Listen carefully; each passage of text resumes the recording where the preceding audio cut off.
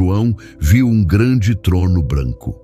Não um símbolo, não uma metáfora poética, um trono real, com presença real, diante do qual a terra e o céu fugiram, e não se achou lugar para eles. Apocalipse, capítulo 20, versículo 11, descreve esse colapso cósmico com uma sobriedade que incomoda mais do que qualquer dramatismo exagerado conseguiria. O universo que serviu de palco para toda a história humana, cada civilização, cada guerra, cada descoberta, cada nascimento, simplesmente não teve onde se sustentar diante daquela presença. Diante do trono, os mortos compareceram, grandes e pequenos, diz o texto. Essa distinção não é decorativa. Ela carrega o peso de desfazer toda a hierarquia que a existência terrena havia construído com tanto cuidado ao longo de milênios. Um imperador que moveu exércitos com um gesto chegou sem os exércitos. Um líder religioso que encheu estádios com sua pregação chegou sem o microfone, sem a multidão, sem o título que o antecedia em qualquer sala que entrasse. Um homem comum que nunca foi notado por ninguém chegou no mesmo nível que todos os outros. Nenhum recurso que havia funcionado em vida tinha validade naquele espaço. Nenhuma conta bancária, nenhuma influência acumulada, nenhuma narrativa cuidadosamente construída sobre si mesmo. A identidade que cada um havia gerenciado durante décadas simplesmente não tinha utilidade diante de um trono que não precisa ser convencido de nada. Os anjos estavam presentes. A Bíblia os descreve ao longo de toda a narrativa profética como seres que testemunham, que registram, que participam dos eventos mais decisivos da história sagrada. A cena do trono não era diferente. Havia presença, havia ordem, havia uma solenidade que tornava qualquer reação humana inadequada. O silêncio que se estabeleceu diante daquele trono não era passivo. Era o silêncio de quem finalmente se encontra diante de algo que não pode ser debatido, negociado ou reinterpretado. Toda a retórica humana, toda a habilidade de argumentar, toda a capacidade de construir versões mais favoráveis de si mesmo, encontrou ali o seu limite absoluto. Há algo que a mente humana raramente processa com seriedade: a ideia de ser visto completamente, não observado, não julgado por critérios parciais, não avaliado a partir do que foi publicado ou declarado publicamente. Visto, com a totalidade que isso implica, sem ângulo favorito, sem contexto escolhido a dedo para suavizar o que precisaria ser suavizado.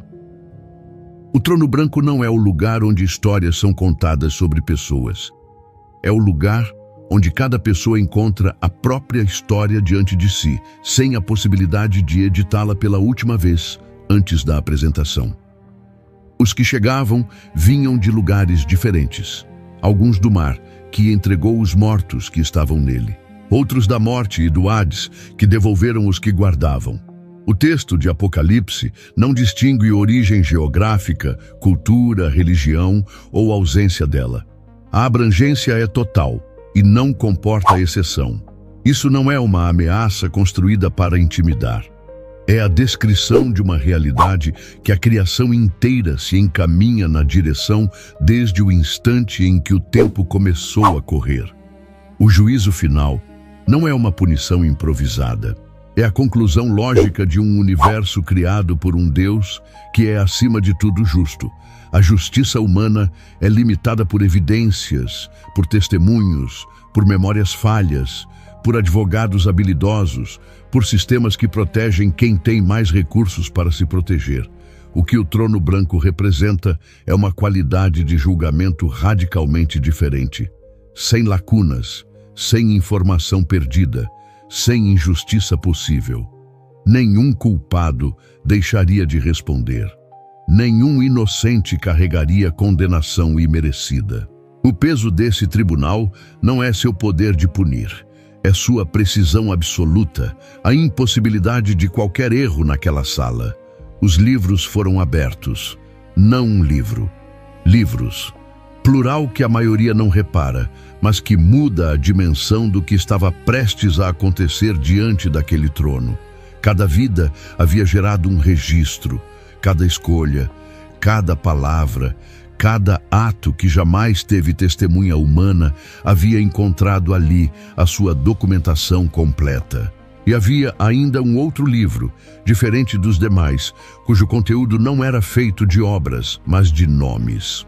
Os livros que foram abertos diante do trono não continham resumos. Não eram dossiês preparados por acusadores, nem relatórios produzidos por testemunhas parciais.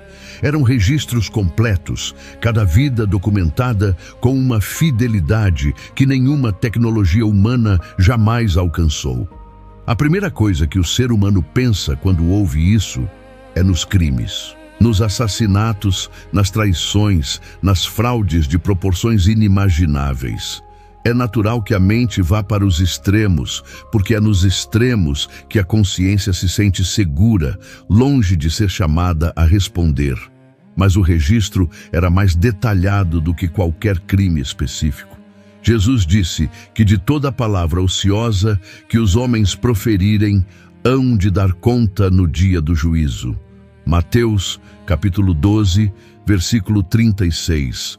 Não a palavra cruel, não a blasfêmia calculada, a palavra ociosa, a que foi dita sem peso aparente, a conversa jogada fora numa tarde sem importância, o comentário feito baixinho para que só alguns ouvissem.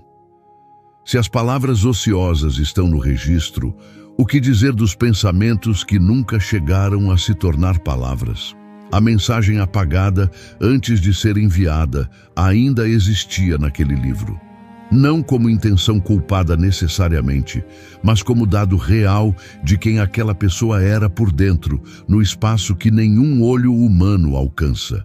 O ato praticado em absoluto isolamento, quando não havia câmera, não havia testemunha, não havia consequência visível, encontrava ali a sua permanência incontornável.